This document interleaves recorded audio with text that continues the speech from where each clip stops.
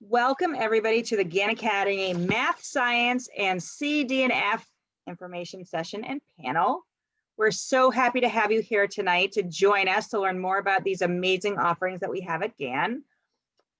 We're so thrilled and excited that we have representatives from each department and students who are really involved in each department. So thank you all. We're going to let them introduce themselves, and I'm going to quickly introduce also my admissions team. I have Gina Carballo, who many of you may have met or will be meeting, Emily Goncalves, hi Emily, and Ellen Seward. So I'm sure you've either heard from many of us or met with some of us, so you know where we are. We're here to help you and support you through this journey. I am thrilled to introduce our three amazing teachers tonight: Chris Senhouse from the math department, Seth Battis from CD&f, and Sarah DuBeau-Farley from science, and their students. So I'm going to let them go one at a time briefly, and then we're going to go right into learning more about their departments. So Seth, do you want to just introduce yourself quickly? Sure. I'm Seth Battis. I am the chair of the Computing Design and Fabrication Department, which is kind of a mouthful. That's why we usually just call it CD&f. But the name kind of describes what it is we do. We are sort of a big umbrella over three different related and interconnected but divergent strands of study. We offer computer science classes, both to people who are novices to programming entirely, and also up through more advanced classes, really trying to push the envelope of what students can learn at a high school level. We also offer design classes, both as a sort of an entry level, thinking creative product design, thinking about human factors design, but also, for example, this year we're offering an adaptive design course where students are looking at what it takes to either create adaptive tools or adapt environments to people with differing needs and abilities, which creates some very interesting projects and partnerships outside of school. And then from the fabrication side of things, we like to make this stuff that we're designing and computing about. So we actually just last fall opened up new prototyping lab and a new fabrication lab, which the cheat sheet on that is essentially the clean space is prototyping. That's where we do 3D printing and laser cutting and electronics. And the dirty space is fabrication. That's where the wood shop and metal shop happens.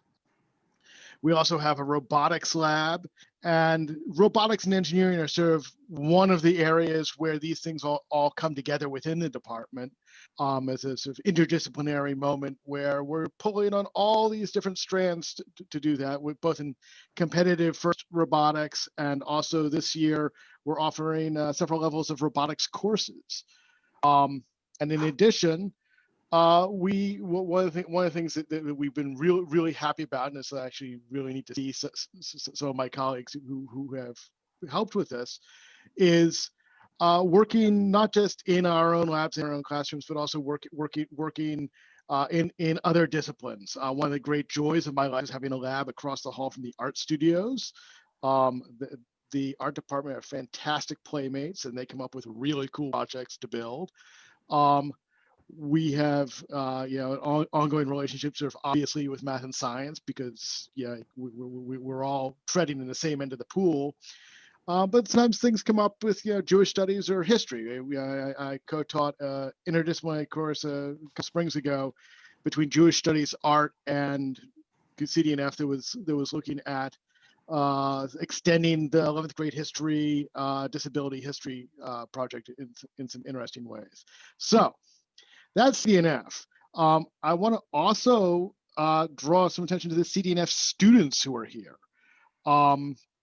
If you look around, Jeremy is there. Jeremy has done a bunch of work in computer science. Becky there's both computer science and robotics. She's also one of the students who is pushing the envelope on what happens next in terms of her computer science learning. So I'll come back to her in a second to have her talk about that. AZ, another computer science and robotics student.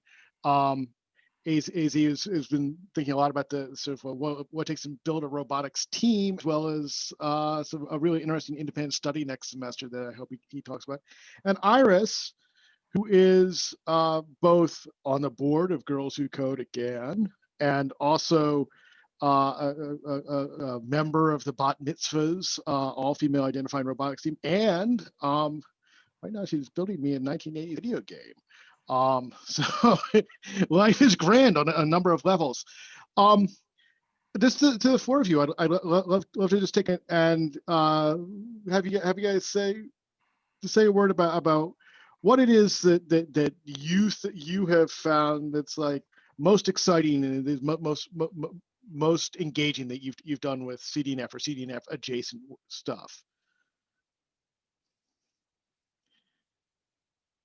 Becky, I'm thinking particularly about your independent study right now in this. Okay. Hi, I'm Becky. I am taking an independent study next semester on operating systems. It's actually kind of funny. I don't really know how I got here. When I was in 8th grade, I kind of just knew that I was into math. And my sophomore year, I took CS1, which is Intro to Computer Science at GAN. I loved it. It was great. I was really into the project-based kind of group work that course entails. My junior year, I took Computer Science 2, which is kind of the follow-up course to CS1, which is taught by Chris. And I don't know, I guess I just was like, well, I'm not going to not take a CD&f course my senior year. So CD&f, it's kind of Seth and Chris do it together, even though Chris is head of the math department. So I remember anytime I had questions about like CS1, robotics, CS2, either of them, both good to go to. They both definitely know the answer. We all work super closely there. And honestly, some of the other robotic staff, like Mr. Metcalf, I think he maybe goes by Simon now, but everybody is like a really good resource in the CD&f department and math department. So my junior year, I was talking to Chris and we were like, well, at GAN, you can do an independent study where you're assigned an advisor and you pick out kind of your field of interest. You fill out a form and you say, me and XYZ teacher want to learn about this. So Chris and I decided that we were going to learn operating systems. I'm so excited because it's kind of cool to take, I guess, things that I learned at GAN and then have GAN provide an education that is more focused to what I want. I think that's really cool, and I'm really excited. One of the things I'm really aware of in this is, Becky, had you programmed at all before you took CS1? Oh God, no. I knew I wanted to. It was really scary. I knew people who coded around me, and I was like, yeah, like I should probably like be doing this. No, I had absolutely no experience. No, I had done Scratch in 8th grade, but I don't think that counts. Well, Scratch is solid. Scratch is good practice. My sons are huge into Scratch.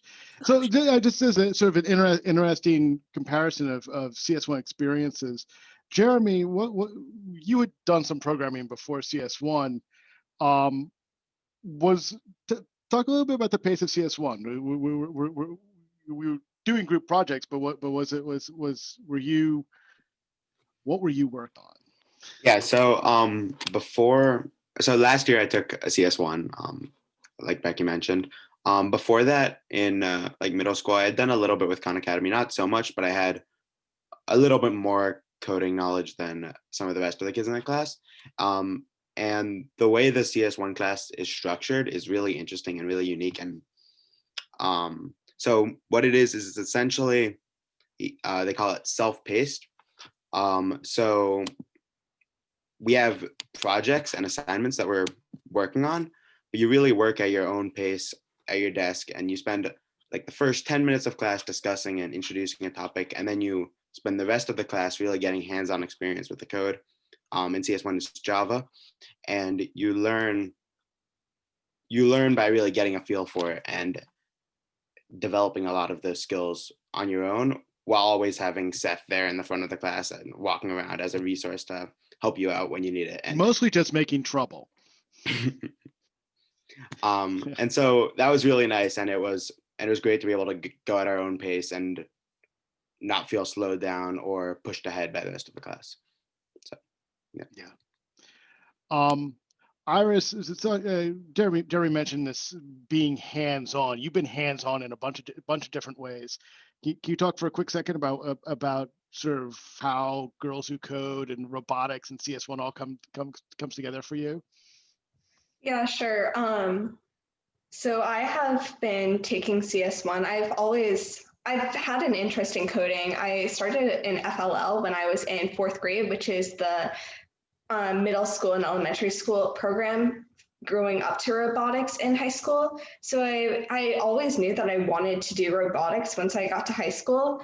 And a big part of that for me was the programming aspect of it. So in 8th grade, actually, I joined a Girls Who Code program, which is a global program that tries to get girls more into STEM and bridge the gap between gender. And so when I went to GAN, I really wanted to continue with that. And so last year I continued, and we created a project that to teach people more about mental health. And personally, I worked on a program in Python to test how much knowledge people had on mental health. And I continued that in now this year and in CS1, where I am learning about different programming and ways to do it with a teacher, which is different than learning it independently. Yeah. AZ, you had talked a little bit about your AZ also a CS1 alum, but you would talk some last year in robotics about sort of the human about leading a team and what that looks like in FTC. Can you talk for a little bit about what the robotics teams look like?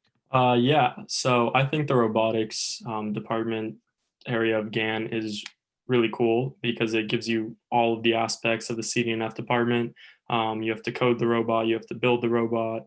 So it brings the hands-on engineering part and the more computer science programming part. So I think at GAN, there's a lot of different ways where if you are really into robotics, you can take separate courses and help your knowledge in each sort of separate branch of what happens in robotics.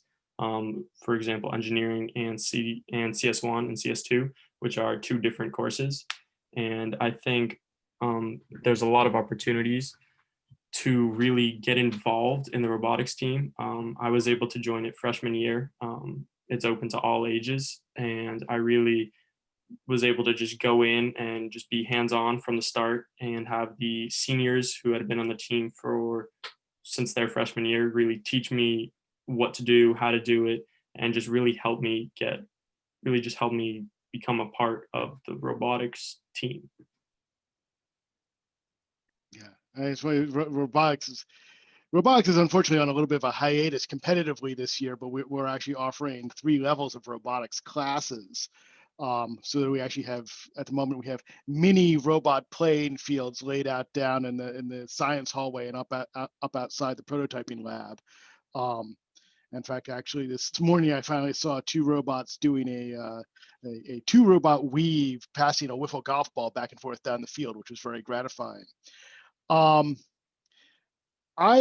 realizing looking around that you guys are very software based. I feel like I should give a shout out to the hands-on nature of Engineering 1 before we open this up to questions, because one of the things that we're really proud of in the Engineering 1 and 2 curriculum is that it finds the sweet spot between being rigorously mathematically based, like learning about stress and strain from the perspective of physics, with being actually hands-on and building things in the lab. And that's one of the things that we've been really happy about has been the way that the labs, since we started designing them before I even got here, and now that we've opened them, have continued to evolve to stay on pace with what it is we need in the classes. We've actually been building out the labs over the last year and a half to support the classes that we're offering, to support the projects that are coming in from other departments.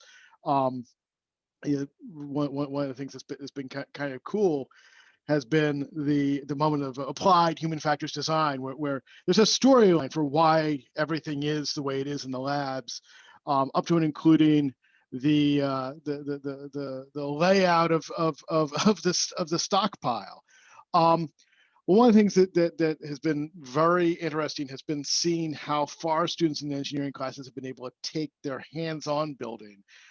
We have a couple of students in an advanced engineering projects course this fall who are, I can't decide if my favorite project is the pinball machine from scratch or the tensegra desk that's being built right now.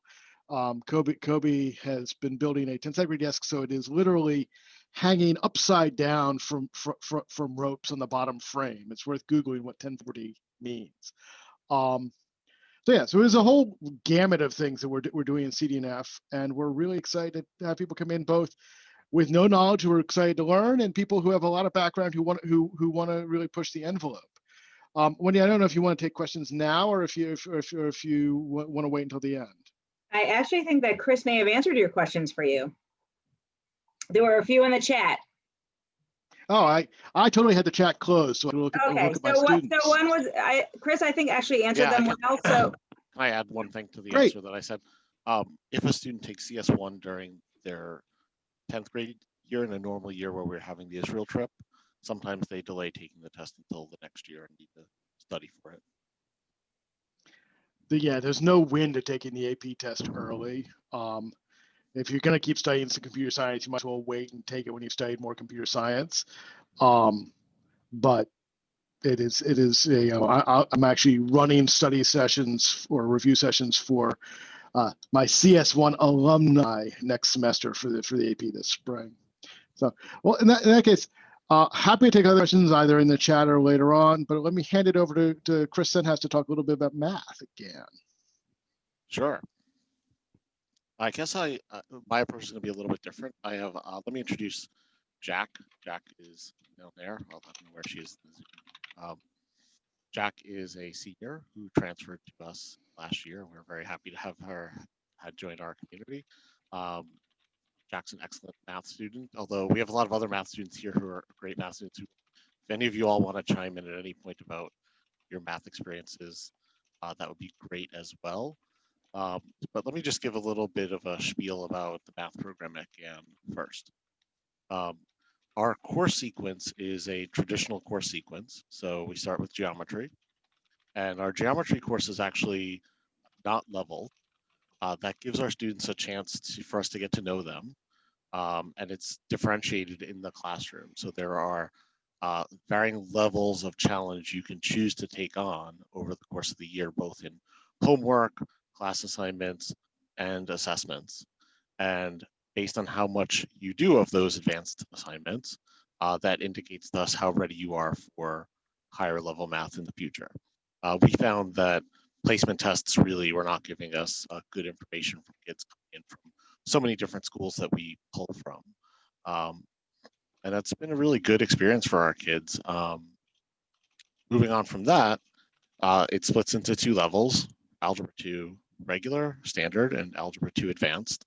That's mostly functions, studies of quadratic functions, exponential functions. And then junior year, the advanced course splits up into 2 levels, pre-calculus AB and BC, which match the AP designations senior year. Our regular pre-calc is actually now for the first time splitting into 2 different versions that are not levels, but just different flavors of pre-calc. One with more prepare for calculus type stuff, one with more prepare for statistics type stuff in college based on what kids are interested in learning. As far as our pedagogical approach, I would say that we believe that collaborative learning is the underpinning for the best math learning. Having students talking to each other as much as possible about math is what leads to both deep understanding and long-term retention.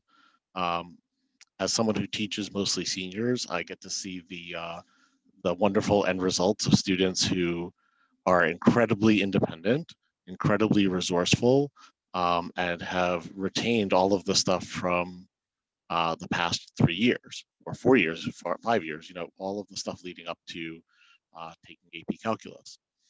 I would also say that our teaching approach is whatever we think the right one is. We don't say we're a progressive school. We don't say we're a traditional school around math. If a content requires a progressive approach, we do a progressive approach. If it requires a more direct approach, we do a more direct approach. Whatever we think will work for our students. We also sort of believe that in terms of placement. If we want to meet kids and families where those kids are at, I'm happy to go through any kind of process to determine what the right place for your kid is. We've had students enter the curriculum at pretty much any entry spot. And I guess I'll leave it with that.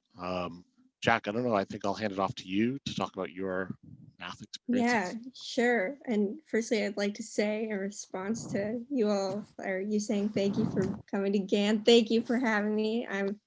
I probably say it all the time. I love GAN. And in terms of the math curriculum, I took Calculus BC last year as a junior. I was one of 3 juniors in the class, so it definitely, the math curriculum, it works for whatever level you're at, and there can always be some adjustments to make sure the right math class is in your schedule. And as a part of Calc BC, I loved that class. That was frankly my favorite class last year.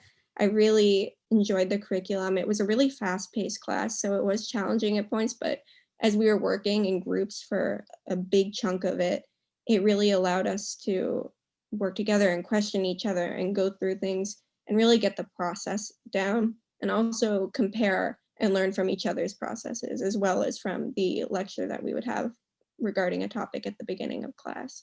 This year, as a senior, me and the other 2 juniors who are in my calc class are now taking multivariable, and it is a small class because there's a couple of us, but I think that also has its benefits. We get to do, it's another really fast-paced class and also very collaborative. We pretty much go through problems together a lot and then split up for homework. But it's a really fast-paced curriculum and challenging, but also just really, really fun the way it's taught. I don't know if I can give a specific word for how it's taught that's different from my previous experience with math, but it's definitely more collaborative. We definitely work in groups more. And it's also, I think it does a good job, the math curriculum again, of taking itself seriously in terms of this is a really important subject that we need to learn, and we do study for the test. And we went into the AP last year really prepared, even during COVID and with all the complications that came along with it. But also that doesn't take itself too seriously. Like, we still joke around as a class, and there have been a couple times where we've gone on tangents like, oh, this is where that equation fits into this, and make some jokes about that. And I think it does a good job of making it not just math, like let's sit down, do drills over and over again, but it really is a collaborative and fun experience as well. And I've actually, I've really loved math at GAN, both this year and the past year. Awesome, thank you, Jack. I wanted to add one other thing. We actually have, in addition to our standard course curriculum, a totally separate set of math elective courses. And these courses are multi-grade. Usually ninth graders need to take arts requirements, things like that, so it's pretty hard for them to fit it in. AZ, I'll come back to you. And we basically do essentially college courses spread out, one semester worth of college over a full high school year. Courses that basically don't require knowing calculus already.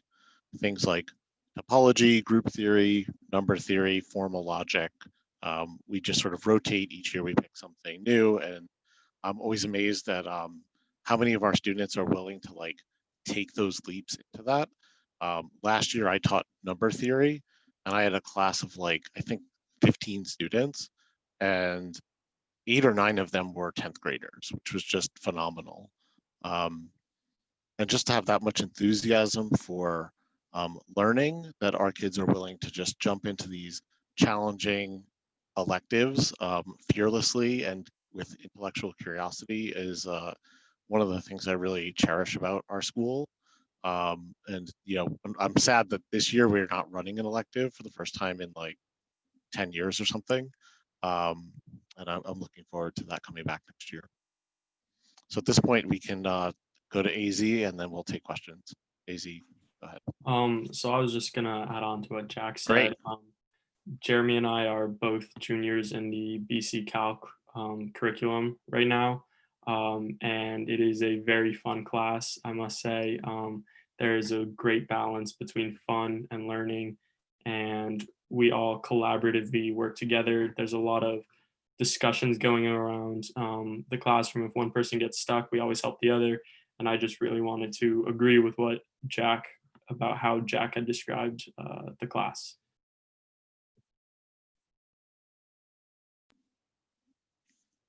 All right, we'll see if anyone has any questions. We have any math questions? Or do our math students want to add something that they didn't have a chance to add?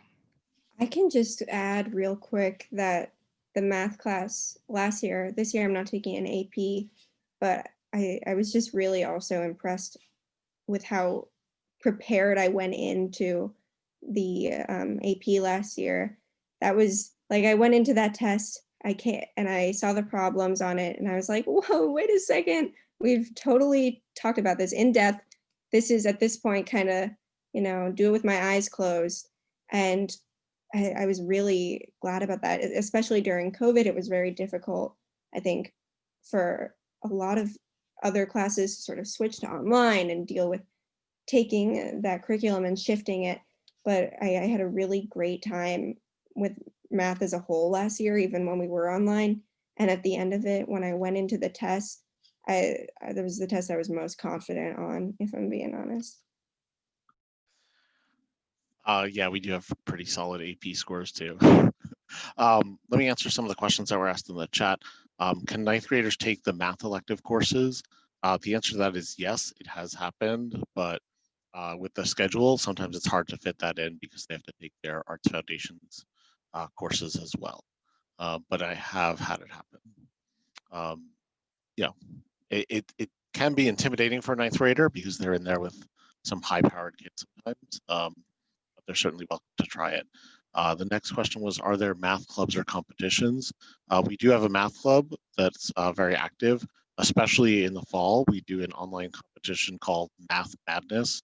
I'm very proud to say that this year, for the first time ever, I think, we've won all of our preliminary rounds, which is pretty amazing. And we're in a division for schools that are less than 500 kids.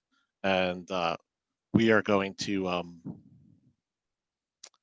have our playoff match this Friday. So wish us Looking luck. forward to it. Yeah, I've been amazed to see how many new kids are doing well this year in math, which is great because we're doing it remotely. As far as placing out of geometry, people can, if a student thinks they have taken a formal, serious high school geometry course, they can take our geometry final to pass out of it. A number of the kids you see on the screen before you have done exactly that, like Jeremy and AC.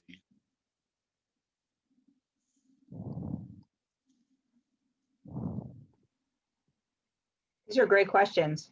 Yeah. Russian math geometry set them up to place out. I don't know their curriculum in particular. I think generally, yes. Usually I supply people a list of the topics and then they can kind of see how that lines up for themselves.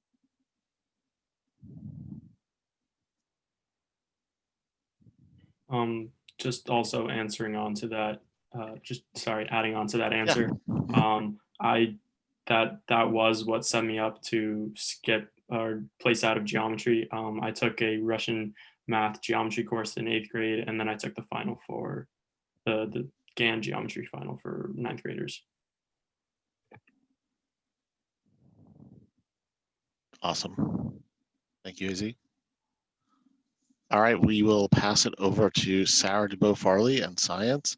And if you have any other questions about math, feel free to send them to me directly or ask them later. Thanks, Chris. Good evening. My name is Sarah DuBeau-Farley. I'm the chair of the science department. I'm also the assistant director of teaching and learning at GAN. So I'm involved in helping teachers across the curriculum as well.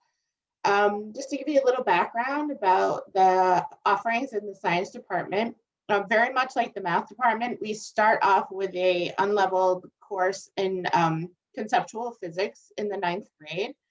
And then we move to chemistry in 10th grade, and there are options to take both standard or advanced.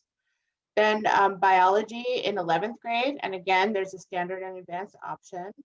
And then in 12th grade, we offer a whole series of science electives that students can choose from.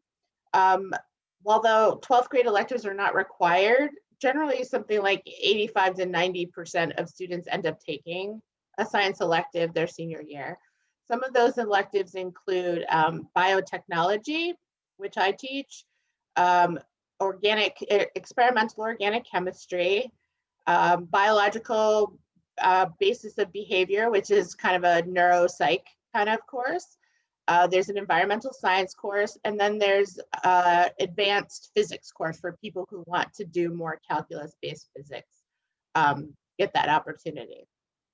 So very much, as I said, like the math department, all 9th graders are taking the same physics class, and we do a really good job of differentiating, giving different options for kids to meet everyone where they're at. So there's a standard curriculum that everyone's going through, but there are opportunities throughout for students to take on advanced work or do more difficult problems if they have the inclination or the time to do so. Our curriculum is very project-based. We're often, kids are often working up towards a project at the end of a unit. Some of those projects include in 9th grade, we worked with little mini rovers for learning mechanics, and the students got to program the rovers and move them around and take them on a mission to Mars. So that was exciting. In 10th grade in chemistry, there's one project around the Flint water crisis and how that the chemistry played a role in that and the social aspects of that as well.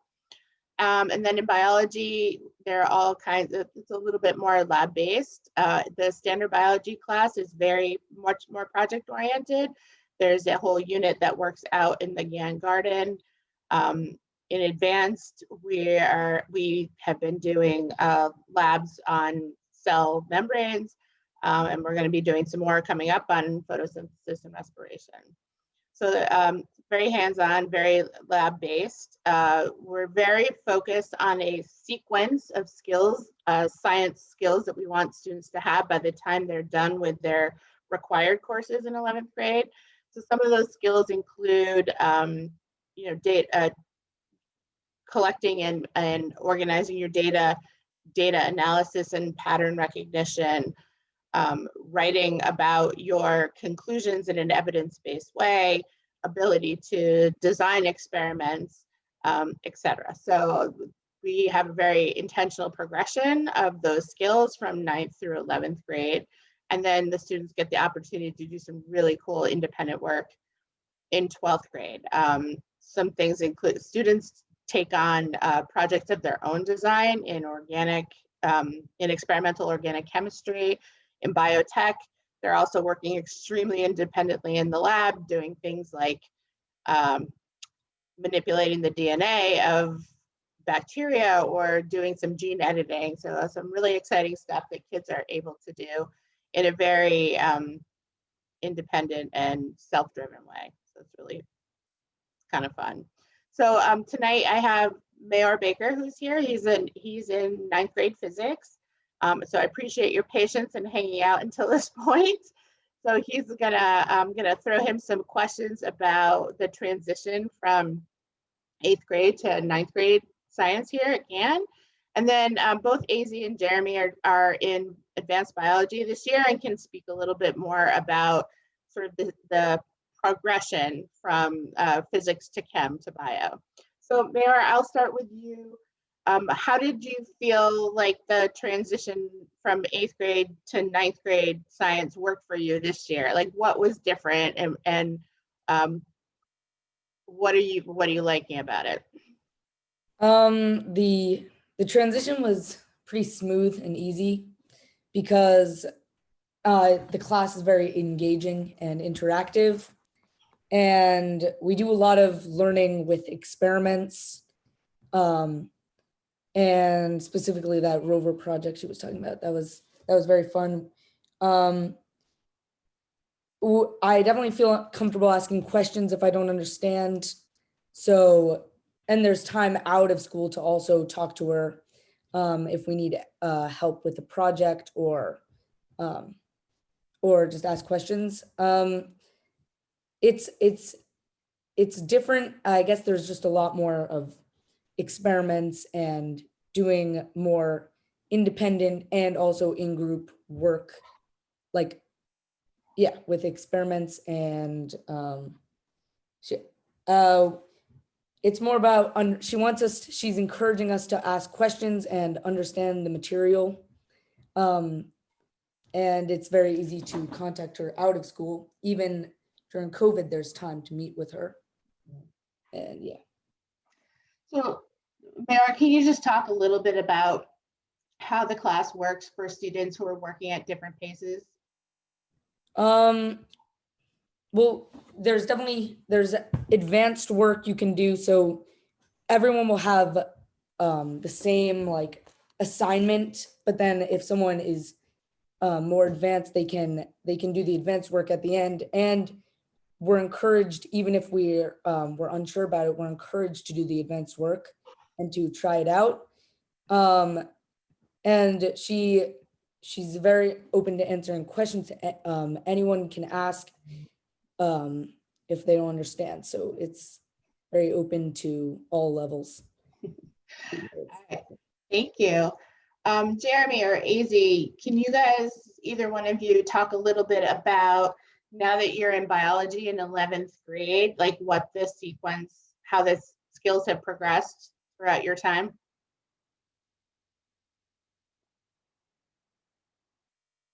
It's all you if you want to, Jeremy. Okay. I guess I can talk about it. My 9th grade physics class was a little bit different because it was like a special class for the people who were a year ahead in math that could incorporate some of those the algebra 2 and geometry topics into the physics class. But more generally speaking, in chemistry, they became less, like shifted a little bit. In physics, it was mostly math based and experiment based. And then by the time we got to chemistry, it became more conceptual and more like tangibly based. And then a lot of those chemical facts and bits that we learned came up again really usefully in biology. For instance, at the end of last year when we were on Zoom at home, we learned a lot about biochem and about how the different structures that carbon can make, and including like proteins and carbohydrates and lipids. And then those came up again really strongly this year in biology, where we learn how all those things function in cells and their roles in life. And so kind of each science class has built on the previous ones in a really interesting and important way. Easy. Can you talk a little bit about like this year in bio? What skills are being emphasized more so than they were in years past? Oh yeah, so the big one is how to do scientific writing and how to present your evidence and your claim and your reasoning as clearly and concisely as possible, which is kind of a style of writing that a lot of us were pretty unfamiliar with. And so it's been a bit of a challenge learning how to do that in the effective way. So that's a new skill that we picked up. Is there anything you'd like to add to that? I mean, I think Jeremy summed it up pretty well. I did not take the physics with Algebra 2 class because I had a scheduling conflict. So I was in the physics class that the rest of my grade was in. And although it didn't have Algebra 2 in it, it was definitely still more math based. And there was a lot of formulas, and it was a lot of applying what we've learned to real world problems. And again, in chemistry, we sort of shifted towards a more conceptual phase. And now in bio, I think there's a good mix of having to take what we learned and apply it to a new problem that we see come up. For example, we just finished a project about mitosis, where we learned about what mitosis is, how it works, what happens. And we were assigned a protein that we've heard nothing about, learned nothing about, and we had to really research it and figure out on our own how it would affect mitosis and could lead to certain diseases. Right. Jack, you wanted to talk a little bit about your senior elective this year?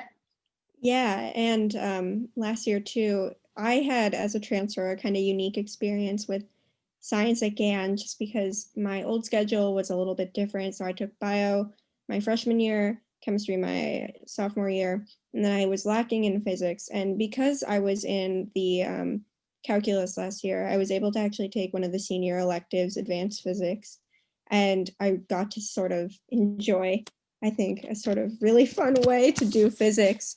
We got to do a lot of, it was mainly labs. There was definitely a bit of refresher on stuff that had been taught in freshman year physics, but then we sort of dove right into doing labs. And for the most part, we did do labs, and a big chunk of it as well was deriving the equations with now our calculus knowledge and putting that into play and looking at physics from a different viewpoint. So I really enjoyed that class. And I'm also really looking forward to biotechnology this second semester. I'm really excited for it. Fingers crossed. Excellent. Any questions about the science sequence or requirements or courses? Happy to answer anything.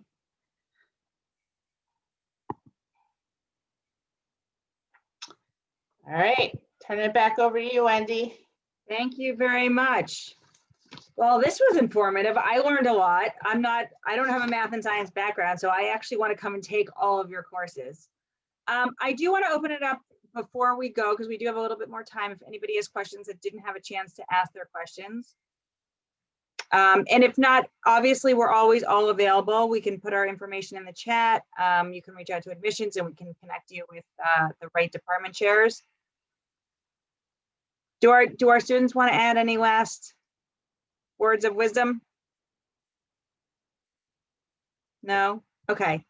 I know our students actually all have homework, so I really want to extend a huge thanks to all of you for taking the time out tonight to join us. You guys are all amazing. Seth, Sarah, Chris, you are amazing. Our teachers are so dedicated. We hope you had a chance to really see the important relationship between our students and our amazing faculty, and our really enriched curriculum that we have here. There are so many offerings. We make it work for every kiddo. We offer extra support for those who need it, and extra enrichment for those who are looking for that too. So there's something for everybody at GAN. The admissions department is really busy. You know where we are. So next week on Wednesday night, we have a panel about Jewish life and learning and Jewish studies at GAN. You will see an invite to that in your weekly glimpse of GAN email. And if you have other questions, again, reach out. But thank you so much for joining us and taking the time to learn more about math, science, and CDF at GAN. Take care, everybody.